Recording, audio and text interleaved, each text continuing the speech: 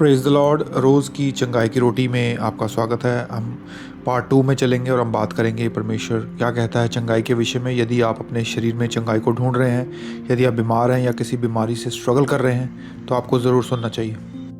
और मैं आपको उत्साहित करना चाहूँगा कि चंगाई और मजबूत विश्वास को बनाए रखने के लिए प्रतिदिन आपको परमेश्वर के वचन पर एक भोजन के समान उसको खाना है, जैसे हम खाना खाते हैं।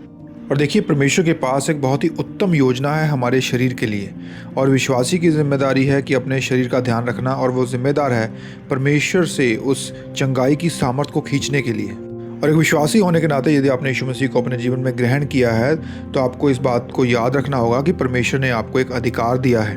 उन अधिकारों का इस्तेमाल करें बोलने के द्वारा। जब भी आपके शरीर में कोई लक्षण आते हैं, कोई नेगेटिव और नकारात्मक विचार आते हैं, तो परमेश्वर का वचन मुंह से बोलकर और अपने अधिकार का प्रयोग करके आप उन चीज़ों को डांटें।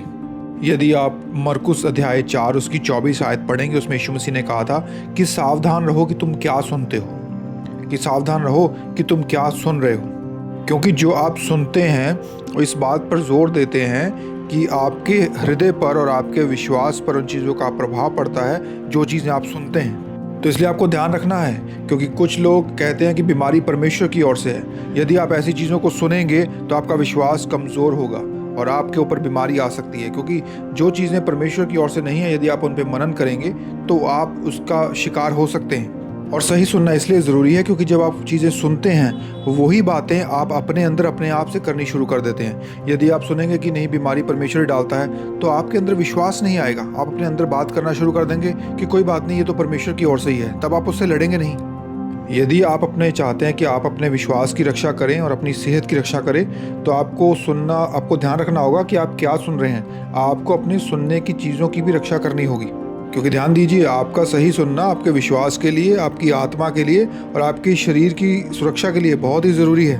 आपको अपने सोच विचार पर ध्यान देना होगा, और आप कितना बाइबल को स्टडी करते हैं, उसको पढ़ते हैं, उसको देखना होगा। क्योंकि देखिए, जो परमेश्वर ने आपको सच्चाई दी है, वो आपके हृदय में उतनी ही कार्य करेगी जितना आप परमेश्वर के वचन पर ध्यान लगाएंगे।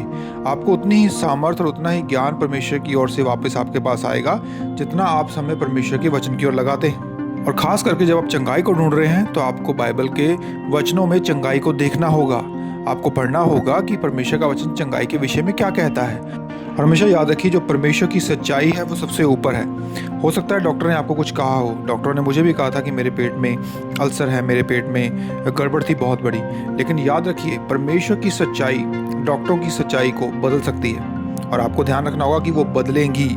यदि आप अपने पूरे हृदय से विश्वास करेंगे, वो बदलेगी, क्योंकि परमेश्वर का सत्य जो है वो कभी नहीं बदलता। डॉक्टर की रिपोर्ट बदल सकती है, डॉक्टर आपको आज कुछ और कह सकते हैं, कल नया टेस्ट करेंगे, वो आपको कुछ और कह सकते हैं।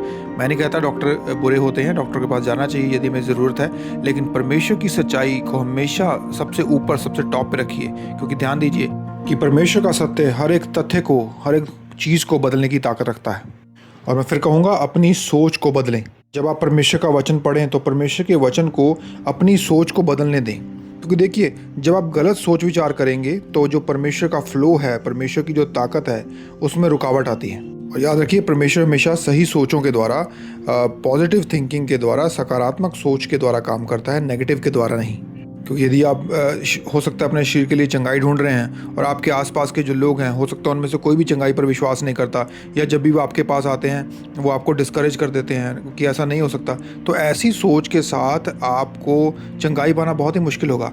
अपनी सोच को बदलें, अपने आसपास के लोगों को बदलें, विश्वास वाले लोगों से घिरे रहें, परमेश्वर के वचन से घिरे रहें। मरकुस की पुस्तक उसके अध्याय 4 उसकी 24 आयत में परमेश्वर ने कहा, फिर यीशु मसीह ने उनसे कहा कि चौकस रहो कि तुम क्या सुनते हो। जिस नाप से तुम नापते हो, उसी से तुम्हारे लिए भी नापा जाएगा और तुमको दिया जाएगा।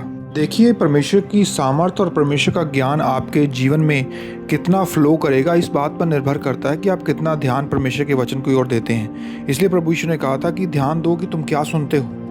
परमेश्वर के वचन को ज़्यादा सुनना ज़्यादा सामर्थ्य और विश्वास को लेकर आता है। और ध्यान दें कि कोई भी चीज़ इससे पहले आपके पास आए, उससे पहले आपको सुनना पड़ता है। पाने से पहले सुनना पड़ता है। तो यदि आप अधिक चंगाई, अधिक समृद्धि अपने जीवन में चाहते हैं, तो आपको अधिक सुनना होगा, वचन को सुनना होगा सक्रिय रूप से, लगातार, रोज़। यदि आपको पढ़ना नहीं आता है तो किसी को बिठाएं और उनसे सुने। और जैसे मैं अभी बोल रहा हूँ, आपको परमेश्वर का वचन सिखा रहा हूँ, सुने, क्योंकि सुनने से ही विश्वास आएगा। रोमियो की पुस्तक में लिखा है कि विश्वास सुनने से आता है और सुनना परमेश्वर के वचन से होता है। तो देखिए, आपको सुनना पड़ेगा, मनन करना होगा, और लगातार मनन करने के द्वारा, लगातार सुनने के द्वारा और परमेश्वर के वचन के ऊपर कार्य करने के द्वारा परमेश्वर की सामर्थ आपके जीवन में एंटर करेगी।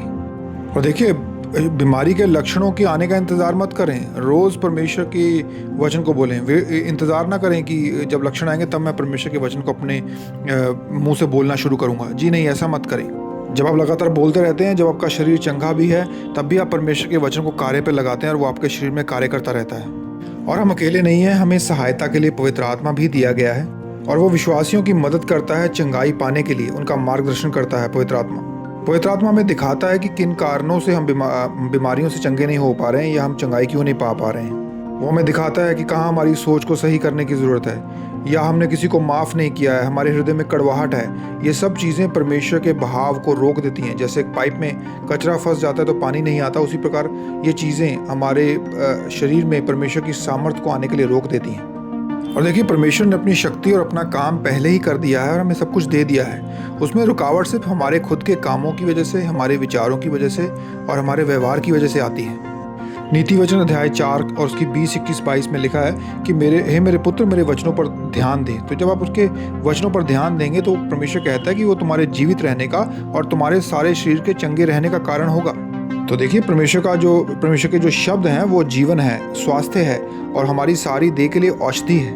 और कभी भी इस धोखे में मत रहिएगा कि यदि सिर्फ आप वचन को जानते हैं तो वो चंगाई आ जाएगी। नहीं, वचन को जानना और अपने मुंह से बोल के उसका अंगीकार करना, वो अलग अलग बातें हैं। तो आपको परमेश्वर के वचन को मुंह से बोलना होगा। जैसे दवाई खाने के लिए आपके हाथ में दवाई होना काफ़ी नहीं है, वो आपको मुंह खोल के अपने मुंह के अंदर डालनी पड़ती है ताकि वो आपके शरीर में जाके काम कर सके। इसी प्रकार परमेश्वर का वचन भी आपको अपने अंदर लेना होगा, बोलना होगा, उस पर मनन करना होगा ताकि वो आपके शरीर में चंगाई का कार्य कर सके। और देखिए, जैसे जो दुनिया में हमें डॉक्टर दवाई देते हैं वो हमें कहते हैं कि ज़्यादा मत खाइएगा, हो सकता है उसका कुछ नुकसान हो सकता है। और लेकिन मैं आपको बताना चाहूँगा, परमेश्वर के वचन का कोई नुकसान नहीं है। यदि आप उसको रोज़ लें, हर घंटे लें, जितना अधिक लें उतना ही आपके शरीर के लिए वो फ़ायदा होगा। कभी भी परमेश्वर के वर्ड का ओवरडोज नहीं हो सकता है। तो पढ़ते रहें, वचनों को अंगीकार करते रहें, चाहे अपने लिए चंगाई ढूंढ रहे हैं या अपने आप किसी प्रियजन के लिए, अपने परिवार के लोगों के लिए चंगाई ढूंढ रहे हैं, बोलते रहें। और मेरे भाई बहनों, परमेश्वर के वचन को रोज़ लेना है। जैसे आप दवाई लेते हैं, जब आपको यदि डॉक्टर कह दे कि आपको ये 20 दिन कोर्स करना है, आपको रोज़ लेनी है, और हम कभी भी उस चीज़ को हल्के में नहीं लेते। हमने बोला नहीं, डॉक्टर ने कहा है तो मैं ज़रूर करूँगा। इसी प्रकार डॉक्टरों का डॉक्टर परमेश्वर आपको जब कहता है कि मेरे वचन को रोज़ मेरे बेटे ध्यान धर के सुन, तो आप उसके वचन को रोज़ उस पर ध्यान दें, प्रतिदिन उसको ग्रहण करें, पढ़ें, सुने। आजकल इंटरनेट है, बहुत चीज़ें हैं, आप सुन सकते हैं। बाहर जाते हुए भी, अपनी गाड़ी में भी कानों में हेडफोन लगा के भी परमेश्वर के वचन को सुन सकते हैं। सुनते रहिए ताकि आपका विश्वास प्रबल होता जाए। तो प्रभु आपको आशीष दे। अगले वीडियो में मिलेंगे और हम इस टॉपिक को कंटिन्यू करेंगे, परमेश्वर क्या कहता है चंगाई के विषय में।